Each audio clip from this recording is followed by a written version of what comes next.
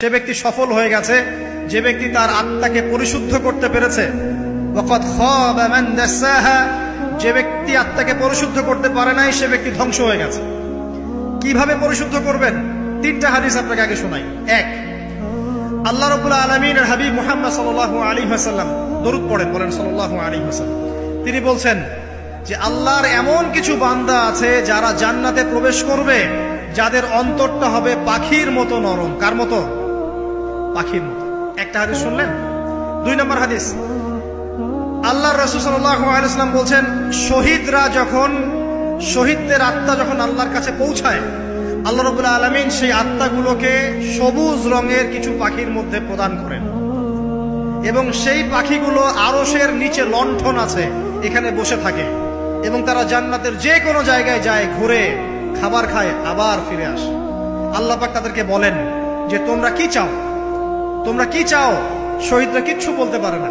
কি চাইবো? আল্লাহ এত নিয়ামত দিয়েছেন, কি চাইবো?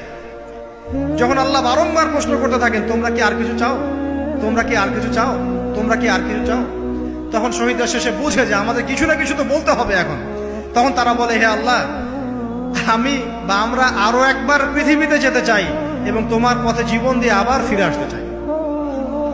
আল্লাহ পাক বলেন এই সুযোগ তো আর নেই, অতএব তোমাদের আর কিছু চাওয়ার নেই, তোমরা এখানেই থাকো।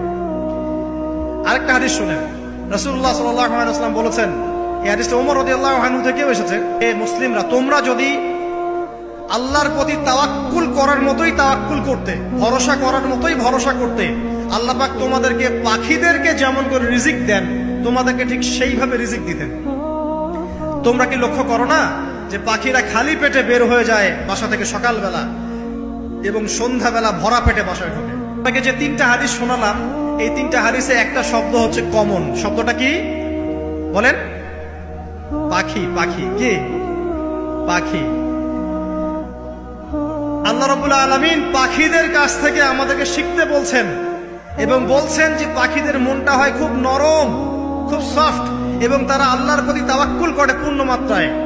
তারা সকালবেলা ভোরবেলা বের হয়ে যায় এবং সন্ধ্যাবেলা বাসায় ফেরে, খালি পেটে বের হয়, ভরা পেটে বাসায় ফেরে। এবং আল্লাহ পাক সবচেয়ে সম্মানিত মউত যেটা শহীদের মউত, সেই শহীদদের আত্মাকে আল্লাহ পাক পাখির রূপ দিবেন। তাহলে পাখিটার বিষয়ে একটা ফোকাস করা দরকার আছে না?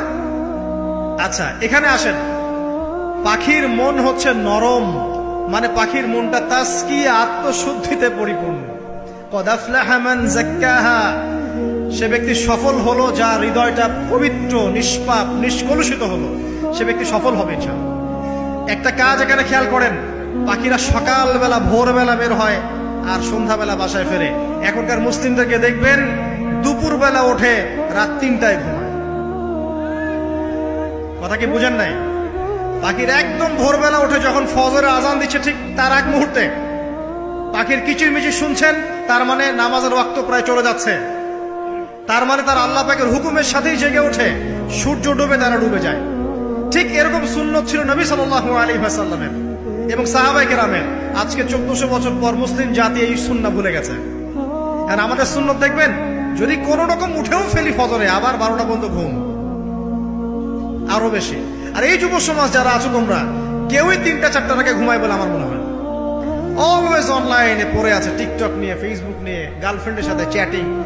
পাখির মতো হতে পারলে পরে মনটা তো নরম হবে, তারপরে না তাসকিয়া অর্জন হবে। পাখির রুটিনটা কি? ভোরবেলা বের হয় আর সন্ধ্যাবেলা বাসায় ঢোকে। অতএব আমরা যদি রাসূলুল্লাহ সাল্লাল্লাহু আলাইহি ওয়াসাল্লামের সুন্নাহ মতো ওই ভোরবেলা উঠতে পারি আর আর্লি নাইট ঘুমিয়ে যেতে পারি এবং সারাদিন যদি রাসূলের সুন্নাহগুলোর উপর আমল করতে পারি, তাসকিয়া অর্জন হবে ইনশাআল্লাহ। কথা বুঝতে পারছেন? 2, পাখির মতো নরম মন লাগবে। এখনকার আমরা যারা বেঁচে আছি আমাদের মনগুলো কঠিন। কেমন কঠিন? পাথরের মতো কঠিন। আমরা যখন দেখি একটা মাইয়েতকে নিয়ে যাওয়া হচ্ছে জানাজায়, আমাদের কোনো ফিলিংস কাজ করে না। জানাজা যাচ্ছে, জানাজায় দাঁড়িয়ে মোবাইলটা টিপাটিপি করছে। জানাজার সাথে চলছে, কোনো ফিকির নাই যে এই জানাজা আমার হবে কালকে, ওই মোবাইল টিপাটিপি করছে। আমি এমনও দেখেছি, দাফন করা হলো মাইয়েতকে, দাফন করার পরে চারপাশে মানুষজন জড়ো হয়ে গল্প করছে, ভাই আপনার ওই জমিটার কি খবর, আপনার ওইটার কি খবর, বিজনেস কেমন চলছে, চাকরি কি অবস্থা। এই যে মাইয়াতকে পাশে দাফন করলো, কোনো ফিলিংস নাই, কোনো ফিলিংস নাই। আমি আত্মশুদ্ধির কথা বলছি। আত্মশুদ্ধির জন্য আপনার মনটাকে পাখির মতো সফট নরম করতে হবে। যখন আপনি সফট নরম করবেন এবং আত্মশুদ্ধি অর্জন করবেন, তখন দুই ডানা মেলে আপনি আকাশে উঠতে পারবেন ইনশাআল্লাহ। আত্মশুদ্ধি অর্জন না করতে পারলে ডানা কেটে পড়ে যাবে, তখন আর আকাশে উঠতে পারবেন না। কোন আকাশে? ওই যে শহীদের রূহ যে আকাশে চলে গেছে, ওই আকাশ। অতএব মন কেন কঠিন হলো প্রিয় ভাই? এক নাম্বার কারণ, আমরা শিরকের পাপে লিপ্ত আছি। এক নাম্বার, শিরকের পাপে লিপ্ত থাকা অবস্থায় মুসলিমদের মনটা কঠিন হয়ে গেছে। আপনি কি মনে করছেন আমরা শিরক করি না? মুসলিমরাও কবর পূজা করে, দেখবেন মুসলিমরাও দেখবেন অনেক ক্ষেত্রে মাজার পূজা করছে। আমি বলিনি যে অলিয়া উলিয়ার মাজার জিয়ারত করা যাবে না, আমি কথা বলছি না। কিন্তু আপনি মৃত মানুষের কাছে আপনার ভালো মন্দ চাইতে পারেন না, কথা বুঝতে পারেন না? আমরা অবশ্যই অলিয়া উলিয়াদের কবর জিয়ারত করব। এটা আপনাকে মৃত্যুর কথা স্মরণ করাবে। তাদের একটা রব আছে, যেটাকে আমরা প্রভাব বলি, এটা আপনার মধ্যে আসবে। আমরা অবশ্যই জিয়ারত করব। জিয়ারত করতে বলেছেন নবী সাল্লাল্লাহু আলাইহি ওয়াসাল্লাম, কারণ এটা আপনাকে পরকালের কথা কি করবে? স্মরণ করাবে। ওমরা করতে যান, আল্লাহ পাক সবাইকে তৌফিক দান করুন ওমরা হজ করার এবং বড় হজ করার, আমি দোয়া করি। ওখানে সবচেয়ে সেরা যে দৃশ্যগুলো দেখা যায় তার মধ্যে একটা রাসূলুল্লাহ সাল্লাল্লাহু আলাইহি ওয়াসাল্লামের রওজা। ওখানে গেলে চোখের পানি ঝরে না এমন কোনো মুসলিম নাই, আছে? নাই। আরেকটা সবচেয়ে মন নরম করা একটা দৃশ্য হচ্ছে জান্নাতুল বাকি, যেটা আমরা বাকিউল গারকাত বলি, যেখানে আপনি দেখবেন সাহাবায়ে কেরাম রাদিয়াল্লাহু আনহুমের কবর, যতদূর চোখ যায় তাদের কবর।